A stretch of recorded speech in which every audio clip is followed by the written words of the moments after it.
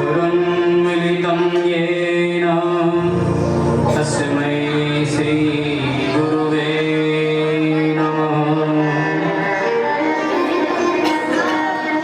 कल्याणानां निधानं कलिमलवतनं पावनं पावनानां पाथेयं येन मोक्षो सपदि परपदप्राप्तये प्रस्थितस्य विश्रामस्थानमेकं कविवरवचसां जीवनं सज्जनानां बीजं धर्मध्रुमस्य प्रभवतु भवतां भूतये रामनाम। अतुलितबलधामं हेमशैलाभदेहं धनुजवनकृशानुं ज्ञानिनामग्रगण्यं सकलगुणनिधानं वानराणामधीशं रघुपतिप्रियभक्तं वाग्जातं नमामि। कर्पूरगौरं करुणावतारं संसारसारं भुजगेन्द्रहारं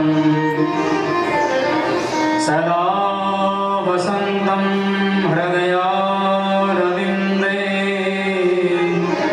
भवं भवानी सहितं नमामि।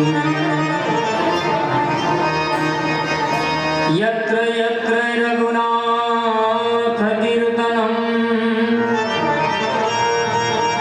तत्र तत्र कृपमस्तु कान्तकम्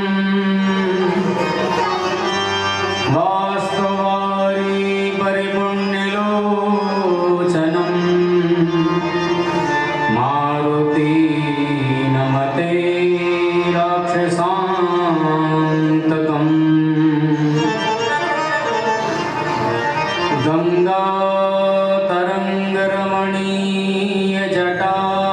गङ्गातरङ्गरमणीयजटाकलापं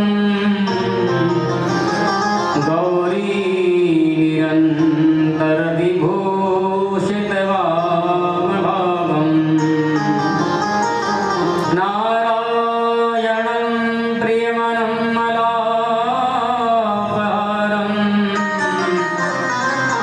वाराणसीं पुरपतिं भज विश्वनाथं। ध्येयं सदा परिभवग्नमभीष्टदोहं तीर्थास्पदं शिवविरञ्जिनुतं शरण्यं भृत्यार्तिहं प्रणतपालभवाब्धिपोतं वन्दे महापुरुषते चरणारविन्दम्। वाञ्छाकल्पतरुभ्यश्च कृपासिन्धुभ्य एव च पतितानां पावनेभ्यो श्रीवैष्णवेभ्यो नमो नमः। प्रणवो पवनकुमार खलवनपावक ज्ञानघन जासु हृदय आगार बसहि राम सरचापर। तुलसी कृत रामायण कथा कहूँ मति अनुसार सुचि सुंदर आसन सुभग आइए पवन कुमार।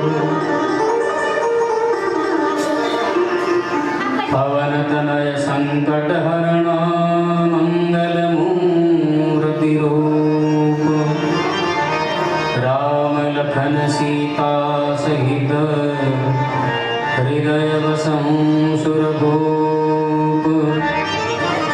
सियावर रामचंद्र भगवान की जय। भक्त और भगवान की जय। पराब्रह्म अखिलेश्वर कारण अकारण वर्णालय भक्तिवांछा कल्पतरु तनिंदित विनिंदित पीताम्बरधारी भगवान श्री सीताराम जी के चरणों में नतमस्तक होते हुए एवं साक्षात विराजमान भगवान श्री रामेश्वर महादेव के चरणों में नतमस्तक होते हुए एवं श्री सद्गुरुदेव के चरणों में साष्टांग दंडवत प्रणाम करते हुए आइए भगवान श्री रामेश्वर महादेव की अटूट असीम अनुकंपा कृपा से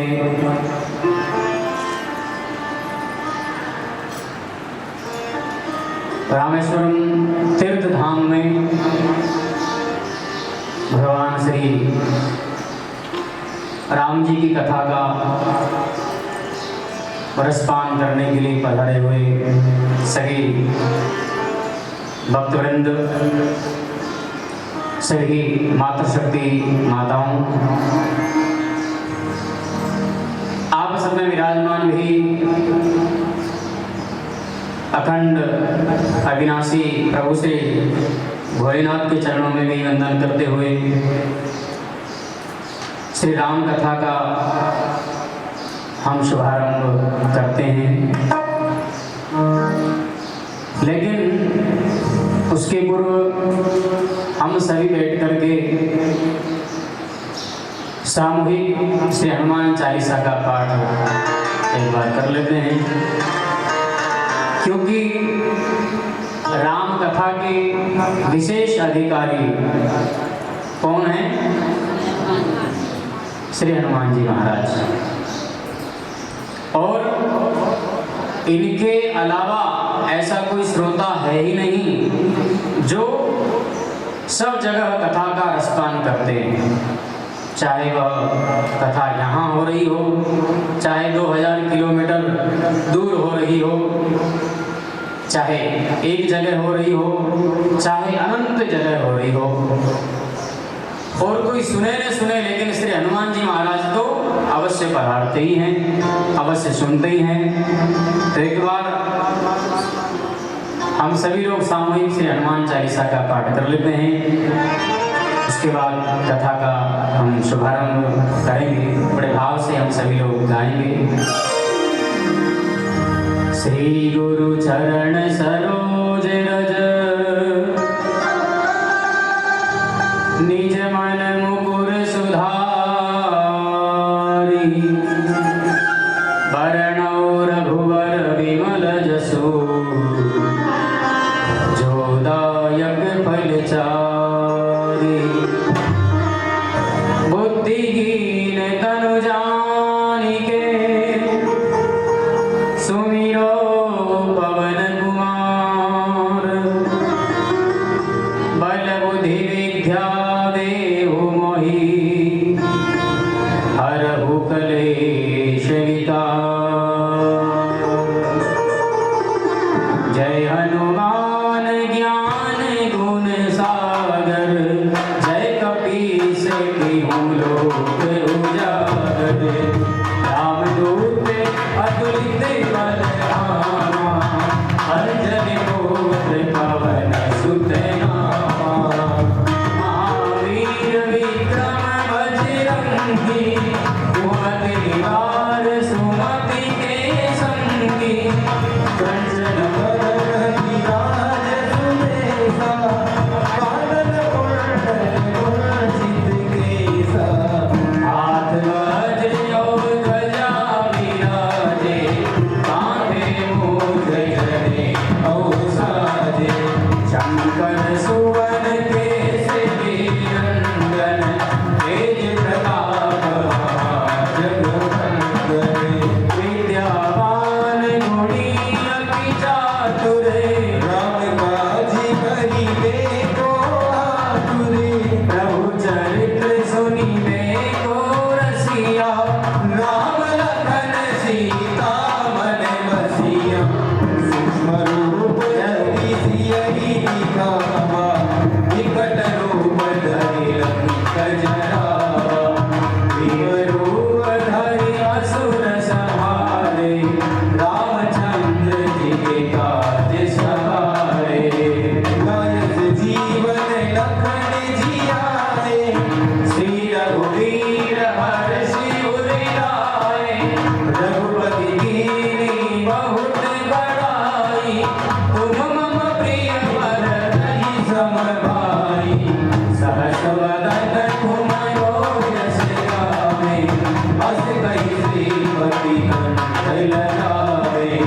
सनकादिक ब्रह्मादि मुनीसा नारद सारद सहित अहिसा जब कुबेर दिगपाल जहाते कवि रोहित गई सके गाते तुम उपकार सुग्रीव ही कीना राम मिलाय राजपद दीना तुम लो मंत्र विभीषण माना लंकेश्वर भय सब जग जाना सहस्त्र योजन पर भानु लील्यो ताहि मधुर फल जानो प्रभु मुद्रिका मेलि मुख माहि जलधि नांगि गए अचरज राहि दुर्गम काज जगत के दे सुगम अनुग्रह तुम्हारे देते राम दुआरे तुम रखवारे होतन आज्ञा बिनु पैसारे सुख सुख लहे तुम्हारी सरना तुम रक्षक काहू को डरना आपन तेज समारो आपे तीनों लोग हाँकते कांपते भूत पिशाच निकट नहीं आवे वहाँ वीर जब नाम सुनावे नासे रोग हरे सब पीरा जपत निरंतर हनुमत वीरा संकट ते हनुमान छुड़ावे अजरम वचन ध्यान जो लावे सब पर राम तपस्वी राजा इनके काज सकल तुम साजा और मनोरथ जो कोई लावे सोई अमित जीवन फल पावे चारों जुग पद ताप तुम्हारा है प्रसिद्ध जगत उजियारा साधु संत के तुम रखवारे मुक्त निकंदन राम दुलारे अष्ट सिद्धि नौ निधि के दाता असबर दीन जानकी माता राम रसायन तुम्हारे पासा सदा रहो रघुपति के दासा तुम्हारे भजन राम को पावे जन्म जन्म के दुख बिसरावे अति काली रघुबली पुरि जाई जहाँ जन्म हरि भक्त गाई और देवता चेतन धरहि हनुमत से सर्व सुख बढ़हि संकट कटे मिटे सब पीरा जो सुमिरे हनुमत बलवीरा जय जय जय हनुमान गोसाई कृपा करो गुरुदेव की नाई जो सदवार पाठी करि कोई छूटहि बंदी महासुख होई जो यह पढ़े हनुमान चालीसा होय सिद्धि साधी गौरीसा तुलसीदास सदा हरि सेवा कीजे नाथ हृदय मनेरा कीजे नाथ हृदय मनेरा पवन तनय संकट हरण मंगल मूर्ति रो राम लखन सीता सहित हृदय बसहु सुरभू सियावर रामचंद्र जी की जय पवन सुत हनुमान जी की जय उमापति महादेव जी की जय रमापति रामचंद्र जी की जय भक्तोर भगवान की जय। आइए प्रभु श्री राम जी की का हम सभी लोग रसास्वादन करने के लिए लगभग 2200 किलोमीटर दूर चल करके आए हैं। यहाँ क्यों आए यहाँ पर? कथा सुनने के लिए, कथा सुनने के लिए कि घूमने के लिए?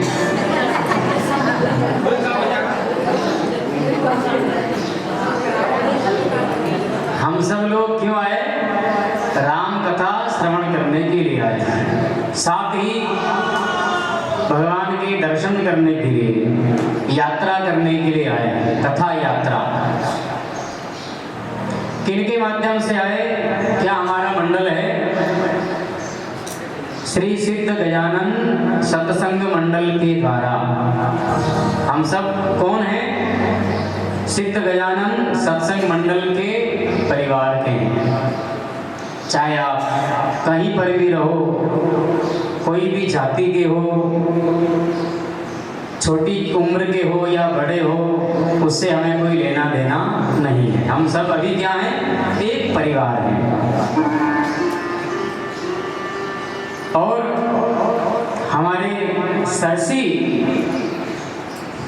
वहाँ जो गणपति जी महाराज विद्यमान है, उन्हीं के नाम से यह मंडल का नाम हमने चुन करके रखा है। और उनके आशीर्वाद से यह चौथी कथा हो रही है तीर्थों में। सबसे पहले सुखताल में, जहाँ पर श्री सुखदेव जी महाराज ने राजा परीक्षित जी को कथामृत का रसपान करा करके उसको मुक्ति दिलाई, वहाँ पर हमने श्रीमद् भागवत कथा का रसास्वादन किया। उसके पश्चात जहाँ पर सौनकादि 88,000 ऋषि मिलकर के जिन्होंने जहाँ तप किया, और श्री सूत जी महाराज ने उन 88,000 ऋषियों को कथा श्रवण कराई, वो जगह है नैमिषारण्य। वहाँ पर भी हमने श्रीमद् भागवत कथा का रसास्वादन किया। और गत वर्ष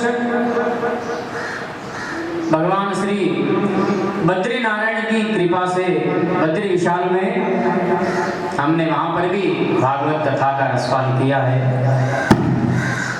और इस बार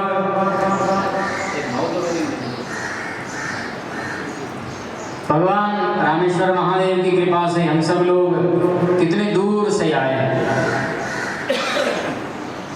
दूर के कारण भक्त लोग ज़्यादा नहीं आ पाए, फिर भी ठीक है, जो आए सो बहुत है। भगवान कहते हैं एको हम बहु श्याम, मैं ही एक हूँ और मैं ही अनेक हूँ। तो यहाँ पर भगवान श्री राम जी ने भगवान महादेव की यानी अपने इष्ट देव की स्थापना करी है। लंका के ऊपर विजय प्राप्त करने के लिए भगवान श्री महादेव का पूजन किया है, जो कालों के काल महाकाल है, देवों में देव महादेव हैं, जो अविनाशी हैं, औढ़लदानी हैं, जो मृत्यु लोक में निवास करते हैं। ऐसे महादेव का प्रभु श्री राम जी ने पूजन किया है। और भोले बाबा, नाम ही इनका क्या है? भोले बाबा है। और किसी देवता को भोले बाबा नहीं कहा है। विष्णु भोले हैं या कृष्ण भोले हैं, राम भोले हैं, किसी के आगे भोले का नाम नहीं लिखा है। केवल भगवान शंकर के नाम के आगे ही भोले बाबा लिखा है, भोले वाले हैं। और देवताओं को तो अनेक प्रकार की पूजन सामग्री की आवश्यकता पड़ती है। नाना प्रकार के पूजन करके उनको रिझाना पड़ता है, लेकिन भोलेनाथ को और कोई ज्यादा सामग्री की आवश्यकता नहीं है। जो समय पे मिल जाए वही चढ़ा दो, उसी से भोले बाबा प्रसन्न हो जाते हैं। उनको कोई विशेष सामग्री की आवश्यकता नहीं पड़ती है। उनका श्रृंगार करो या ना करो, कोई सामग्री चढ़ाओ या ना चढ़ो, लेकिन केवल जल का लोटा ही चढ़ा दो, भगवान प्रसन्न हो जाते हैं। और बिलपत्र चढ़ा दीजिए, आक धतूरा चढ़ा दीजिए, तो और जल्दी प्रसन्न हो जाते हैं। तो ऐसे भोले बाबा हैं जो कुछ भी सामग्री ना हो, जल ही चढ़ा दो तो भी प्रसन्न हो जाते हैं, वरदान दे देते हैं। और इतना ही नहीं, अगर उनसे आपने रहने के लिए कैलाश पर्वत भी मांग लिया तो भी वो देने के लिए तैयार हो जाते हैं। बताओ, अपना घर कोई देता है क्या? है? आपसे कहते हैं कि लो साहब आपका ये कमरा हमें दे दो रहने के लिए, तो कहेगा जरूर हाँ हाँ महाराज आप ही आप रहो, लेकिन 10 दिन बाद ये महाराज कभी जाओ घर हटो,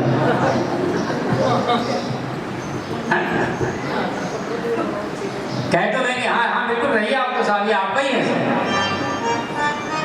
लेकिन भोले बाबा ऐसा नहीं है, दे देते हैं, जो वर मांगो सो ही दे देते हैं। अपने आप को भी आफत में विपत्ति में डाल देते हैं, और जब खुद विपत्ति में आ जाते हैं तो फिर वह अपने इष्ट देवता को याद करते हैं। उनके इष्ट देवता कौन है? राम जी। वो उनको याद करते हैं और फिर राम जी कुछ भी उपाय करके भोलेनाथ को विपदाओं से दूर करते हैं। अरे भस्मासुर की आपने कथा सुनी है ना? भस्मी का कंगना दे दिया और जब खुद गले में आफत डाल दी, भगवान को याद किया तो भगवान ने उस विपदा को मिटाया। तो ऐसे भोलेनाथ हैं, ऐसे भगवान रामेश्वर हैं। भगवान भोलेनाथ से कहा कि ये रामेश्वर कौन है? तो भगवान भोलेनाथ ने कहा कि जिनके इष्ट देव श्री राम हो वही रामेश्वर हैं। कौन है? जिनके इष्ट देव श्री राम है वही रामेश्वर हैं। और राम जी से पूछा, बताओ ये रामेश्वर कौन है?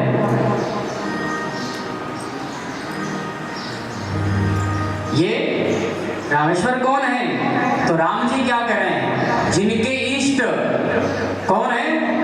भगवान भोलेनाथ। वो अविनाशी हैं, ओघरदानी हैं, वो राम जी के इष्ट हैं, वो रामेश्वर महादेव हैं।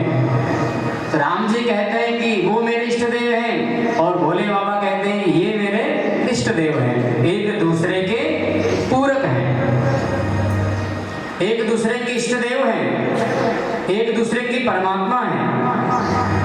ऐसे रामेश्वर महादेव हैं जो भगवान राम जी ने पूजन करके लंकापति रावण के ऊपर विजय प्राप्त की। ऐसे तीर्थ स्थान में आकर के हम सभी लोग कथामृत का रसपान करेंगे। हम जो चाहते हैं वह कभी होता ही नहीं है, और भगवान जो चाहते हैं तुरंत होता है।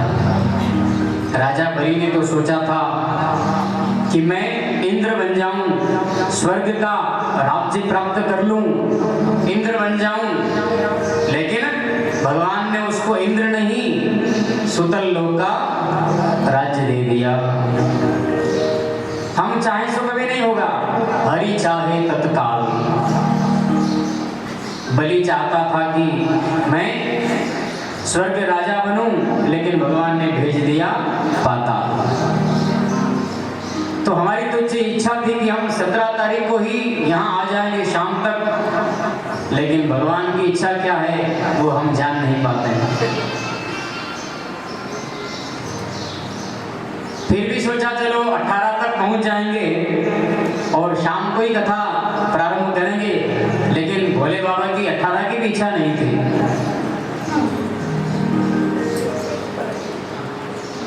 तो जैसा भी भगवान चाहते हैं वह होता है, होकर के ही रहता है। तो आज तारीख कितनी हो गई? 19 तारीख हो गई और कथा चलनी थी 18 से। कोई बात नहीं, भगवान राम जी की कथा है। हम हैं, आप हैं, कहने वाला मैं, सुनने वाले आप। दिन अपने पास कितने हैं? 6 दिन है। तो 6 दिन के और 6 12 दिन हो गए।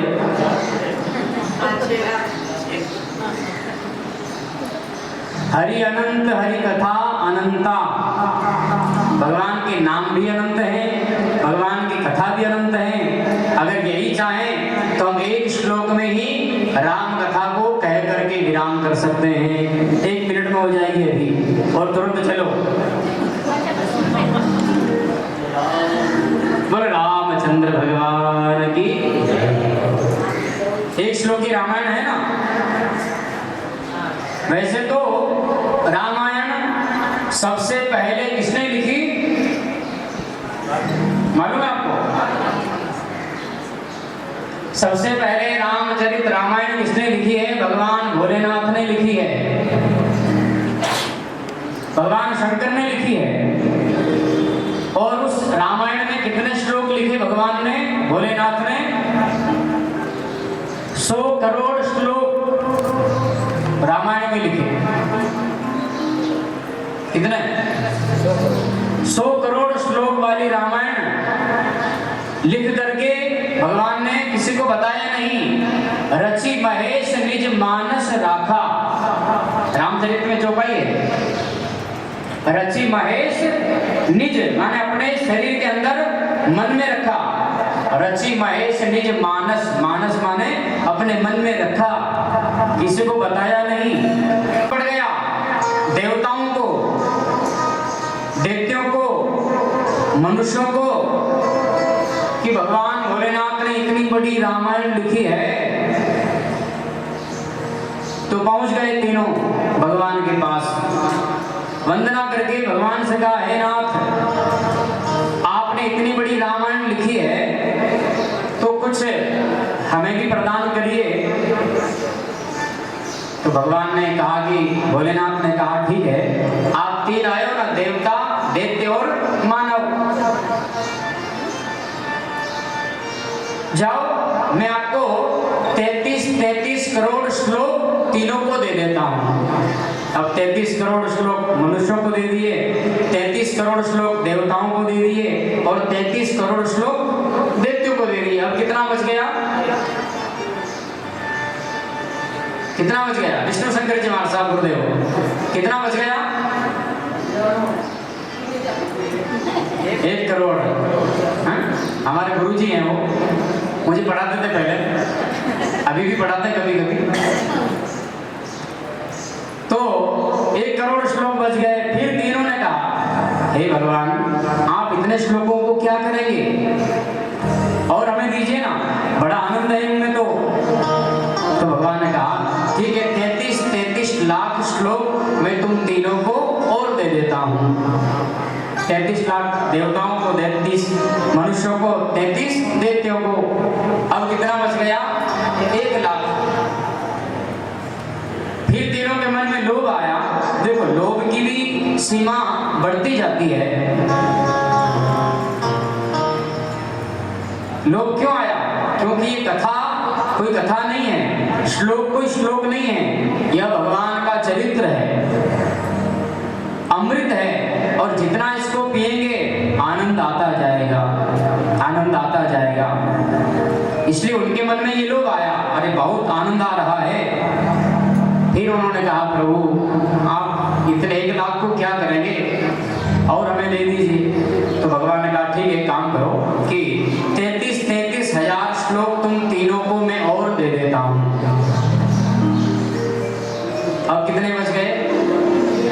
1000 बचे। फिर उन्होंने कहा प्रभु आप इतने भी और क्या करेंगे, हमें दे दो। तो भगवान ने कहा ठीक है काम करो 300 श्लोक मैं तुमको और दे देता हूँ। अब तो सब्र है ना? बोले नहीं भगवान अब तो 100 ही बच गए। भगवान भोलेनाथ ने कहा कि हमें हमारे रहने दो। बोले नहीं नहीं प्रभु आप इतने क्या करेंगे, आप तो बड़े परोपकारी हैं, दयालु हैं। भगवान ने कहा चलो ठीक है 300 श्लोक तुमको और दे देता हूँ। अब कितने बच गए? 100 बचे ना। तो 100 में से 33 उनको और दे दिए। अब कितने बच गए? 1। अब जैसे 1 श्लोक बचा, ये अनुष्टुप छंद जो भगवान ने बनाया था, लिखा था, वह रह गया। और अनुष्टुप छंद में 32 अक्षर होते हैं। 4 लाइन का एक अनुष्टुप छंद होता है, उसमें 32 अक्षर। तो भगवान ने कहा ठीक है काम करो अब 10 अक्षर तुम और ले लो। अब तो केवल 2 अक्षर बच गए। अब लेने वाले 3 और अक्षर 2। तीनों ने कहा भगवान ये हमें दो। देवताओं ने कहा भगवान हमें दो। तो मनुष्यों ने कहा भगवान हमें दो। भगवान भोलेनाथ ने कहा कि देखो तुमको हमने सारा दे दिया, इतना दे दिया, अगर इसमें 3 अक्षर होते तो शायद भगवान भोलेनाथ 1 अक्षर और उनको दे ही देते। लेकिन अब 2 देने वाले 3 देवे तो किसको दें किसको न दें, झगड़ा होगा। भगवान भोले बाबा ने कहा कि अब जाओ तुम, ये 2 अक्षर तो मैं अपने पास रखूंगा। वो ये 2 अक्षर कौन है? रा और दूसरा म। तभी से भगवान भोलेनाथ राम राम जपने लगे हैं। तो सबसे पहले रामचरित को भगवान भोलेनाथ ने लिखा है। बोले सियावर रामचंद्र भगवान की। मन को पवित्र करने के लिए प्रभु नाम संकीर्तन की अति आवश्यक है। तो आइए हम सभी लोग भगवान राम जी के गुणों को हम थोड़ा गा लेते हैं, संकीर्तन कर लेते हैं। कथा सुनना और भगवान का नाम लेना यह भी एक प्रकार की भक्ति है। इसलिए आप 2 भक्ति कर, कथा सुनना और संकीर्तन करना, ये 2 प्रकार की भक्ति हो रही है। नवदा भक्ति में से प्रथम भक्ति संतन कर संगा, दूसरी रति मम कथा प्रसंगा। तो आइए भगवान के नाम का थोड़ा हम संकीर्तन करें, उसके बाद कथा में प्रवेश करेंगे। बोले रामचंद्र भगवान की। श्री राम जय जय राम। श्री राम जय राम जय जय राम। श्री राम जय राम भाव से श्री राम जय राम जय जय राम। श्री राम जय राम जय जय राम। श्री राम जय राम जय जय राम।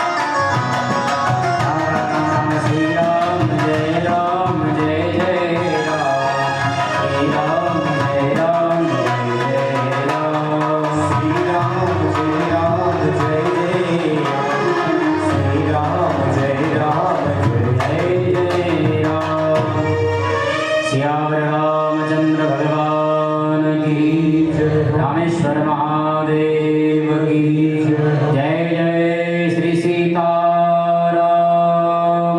हर हर महादेव।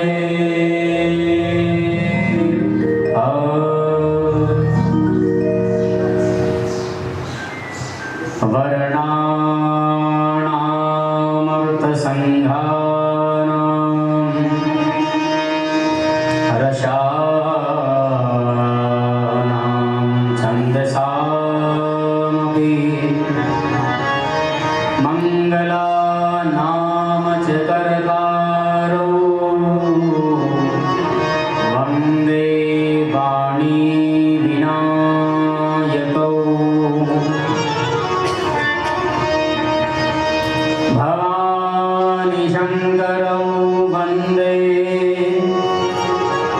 श्रद्धा विश्वासरूपिणौ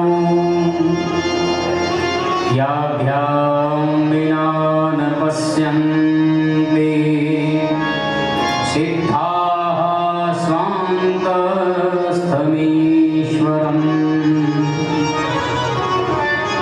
वन्दे बोधिमयं नित्यं गुरुं शङ्करनिरूपिणम् यमाश्रितो हि वक्रोऽपि चन्द्रः सर्वत्र वन्द्यते। सीताराम गुणग्राम पुण्यारण्य विहारिणौ वन्दे विशुद्ध विज्ञानौ कवीश्वर कपीश्वरौ उद्भव स्थिति संहारकारिणीं क्लेशहारिणीं सर्वश्रेयस्करीं सीतां नतोऽहं रामवल्लभाम्।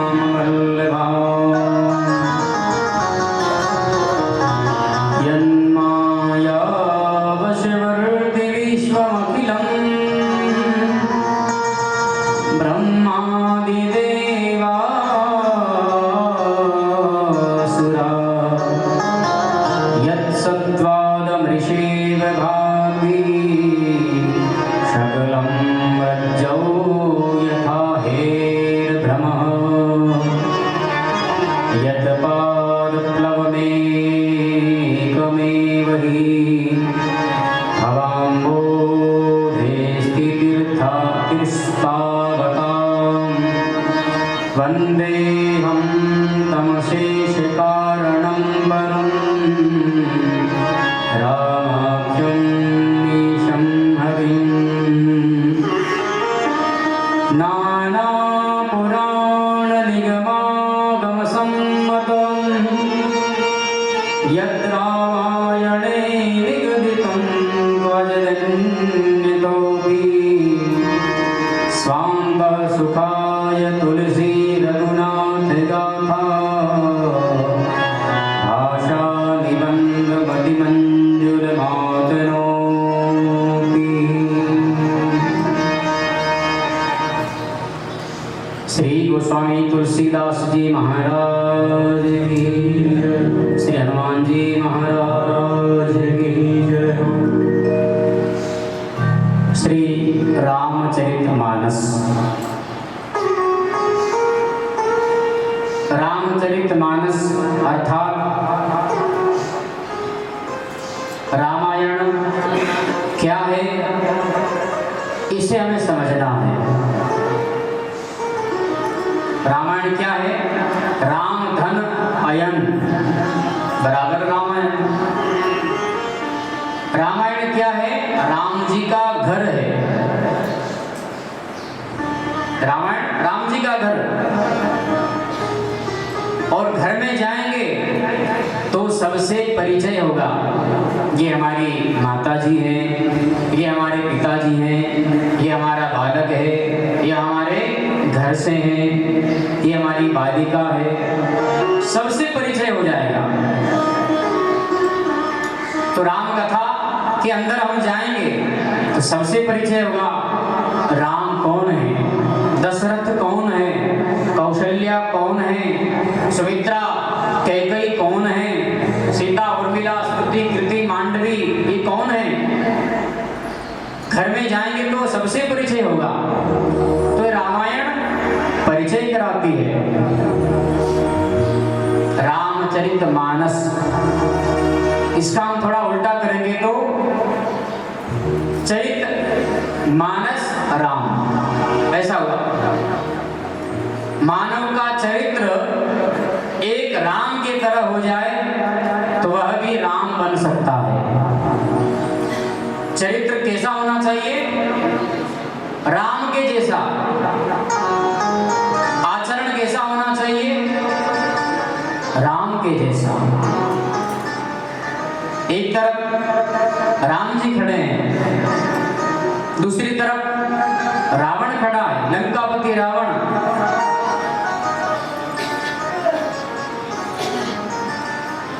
आप किसको प्रणाम करेंगे, क्यों? राम जी को प्रणाम क्यों करेंगे?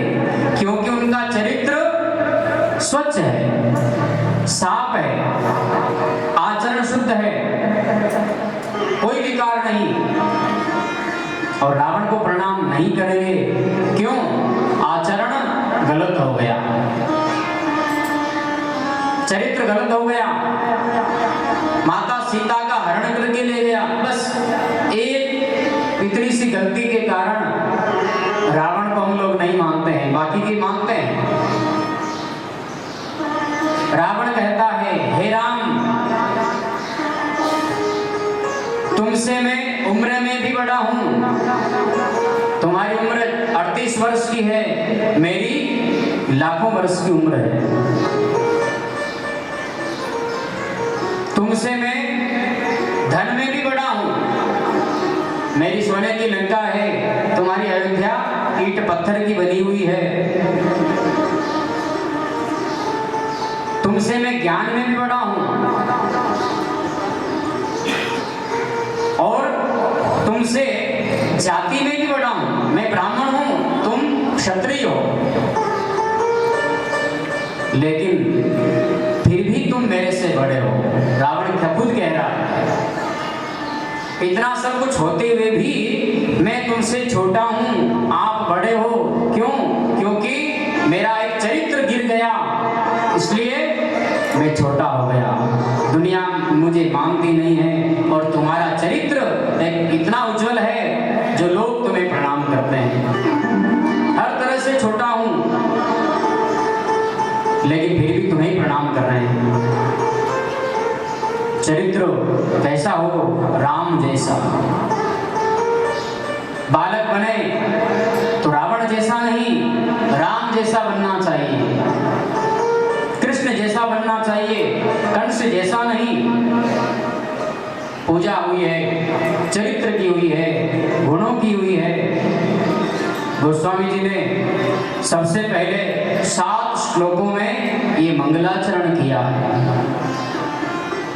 देखो 7 का आंकड़ा भी बड़ा सुंदर है। परीक्षित राजा को भी श्राप लगा, कितने दिन में मरने का लगा? कितने दिन में? 7 दिन में। और गोवर्धन पर्वत भी 7 कोस का, कृष्ण की उम्र भी 7 कोस की, दिन भी 7 ही होते हैं। और रामचरितमानस में, रामायण में गोस्वामी जी ने जो कांड लिखे हैं वो कितने कांड है? वो कितने? वो भी 7 कांड है। और बालकांड में जो श्लोक लिखे हैं मंगलाचरण में, ये भी 7 ही हैं। 7 सोपान। स्वर्ग के दरवाजे भी हैं तो वो भी कितने हैं? 7 हैं। ऋषि हुए हैं तो वो भी 7 ऋषि, सप्त ऋषि हैं। तो ये 7 सोपान, 7 कांड, 7 दिन, ये क्या है? ये 7 सीढ़ियां हैं स्वर्ग में जाने की, 7 दरवाजे हैं स्वर्ग के। पहला दरवाजे यानी सीढ़ी पर पैर लगाओ, दूसरा, तीसरा, चौथा, ऐसे वैकुंठ के 7 दरवाजे पार किया कि भगवान के दर्शन हो जाएंगे। अपने शरीर के अंदर भी कितने चक्र हैं? मूलाधार चक्र से लेकर के ब्रह्म सहस्त्राधार चक्र तक 7 चक्र हैं हमारे अंदर भी।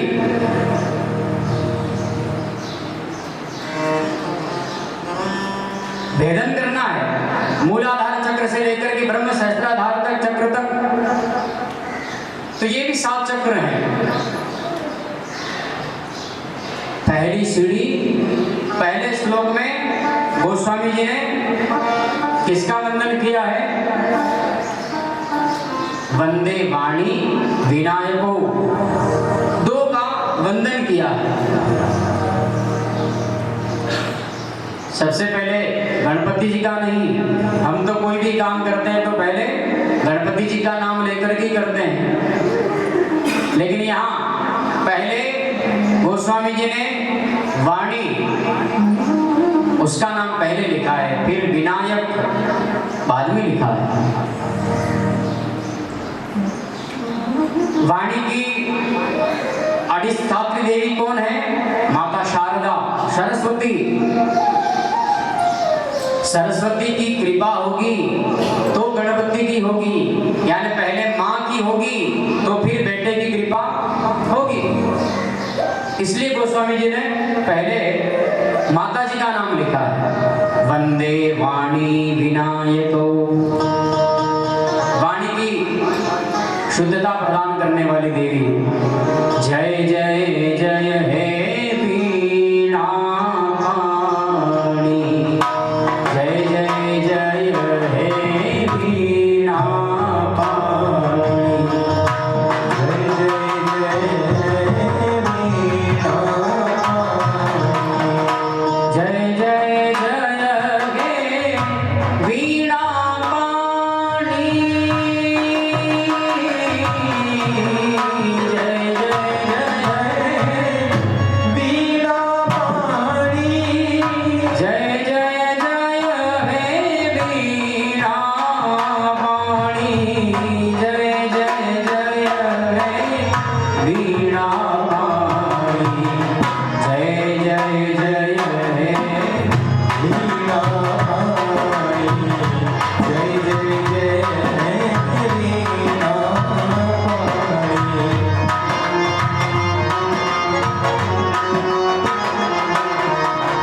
7 स्वरों की तू महारानी, 7 स्वरों की तू महारानी, 7 स्वरों की तू महारानी।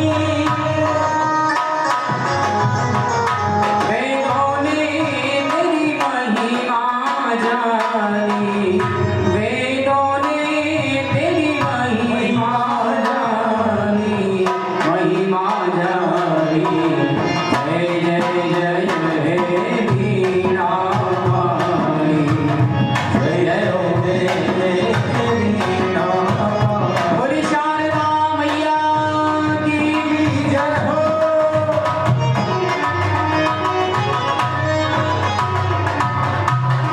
वाणी शुद्ध होना चाहिए। वाणी शुद्ध है व्यक्ति की तो पूजाएगा। इसी वाणी में अमृत बरसता है और इसी वाणी में जहर भी उगलता है। एक सासू अगर बहू को गाली दे दे, अपशब्द कह दे, तो वो जहर हो जाता है। और एक मीठा बोले तो वह अमृत की तरह हो जाता है। और मीठा बोलेंगे, अमृत अगर बरसेगा तो बहू बिना कहे बहुत सारा काम कर लेगी, आपको कहने की आवश्यकता नहीं पड़ेगी। और आप जहर उगलेंगे तो वो भी जाके पलंग पे बोलती रहे बताओ। ये तो आदत पड़ी है। वाणी वाणी का स्वर सुधार ले, बस हो गया भजन। मन की तरंग मार ले, बस हो गया भजन। मन में अगर कुछ बोलने के लिए आया उसको दबा दो, गम को मार लो। वाणी को कभी अपवित्र नहीं करना चाहिए। बहुत सारे की आदत होती है, बोलते बोलते गाली गाली निकालते हैं बीच में। वाणी को क्यों अपवित्र करते हैं? शब्द ही ब्रह्म है, शब्द ही ईश्वर है। इसको हम गंदा करेंगे तो अच्छी बात नहीं है। गोस्वामी जी ने मंगलाचरण पहले माँ को मनाया है। माँ की कृपा है तो गणपति की तो अवश्य होगी। फिर गणपति का नाम उन्होंने लिखा है। विनायको, हे रिद्धि सिद्धि के दाता भगवान श्री गणपति जी महाराज, आप हमें सद्बुद्धि दीजिए, ज्ञान प्रदान करिए। उन्होंने गणपति की वंदना की है। दूसरे में भवानी शंकरो वंदे, किसकी करिए? दूसरे में भगवान भोलेनाथ की। और पहले भवानी का नाम लिखा है, देखो इन यहाँ भी पहले माँ का नाम आया है। भवानी शंकरो, दोनों का नाम लेकर के भगवान शिव और पार्वती को प्रणाम करते हैं। ये कौन है? श्रद्धा और विश्वास। भक्ति करेंगे, मन में श्रद्धा है तो भक्ति होगी, और विश्वास है तो अवश्य फल मिलेगा। लेकिन हम क्या करते हैं? श्रद्धा है ही नहीं, विश्वास रखते ही नहीं। कुछ दिन हमने माता जी को मना लिया, हे माता जी हमारा काम कर दे। 10-15 दिन हुए, नहीं हुआ तो हे हनुमान जी महाराज मेरी भैंस गुम गई है, उसका पता लगाओ।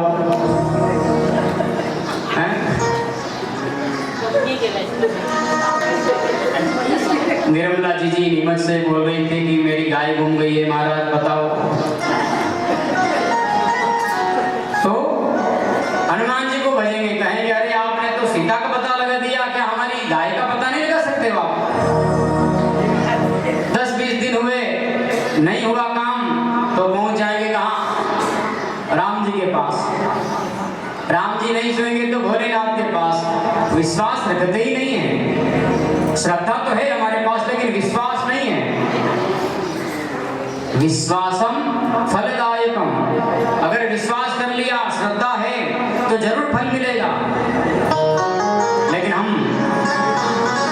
थोड़ा विश्वास में हम कमी कर देते हैं। क्या मालूम ये शब्द लगा दे, क्या भगवान सुनेंगे कि नहीं, क्या भगवान ये करेंगे कि नहीं। किंतु लेकिन परंतु ये शब्द जो है ना बड़े विचित्र हैं, इसलिए इनको मन से निकाल करके विश्वास रखो, जरूर भगवान का काम अपना करेगा, फल मिलेगा। श्रद्धा रखना चाहिए।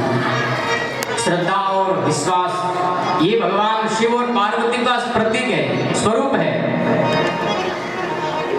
फिर तीसरे में उन्होंने पुनः त्रिभुवन नाथ गुरुदेव भगवान की वंदना करी है। और गुरुदेव भगवान भी कौन? भोलेनाथ।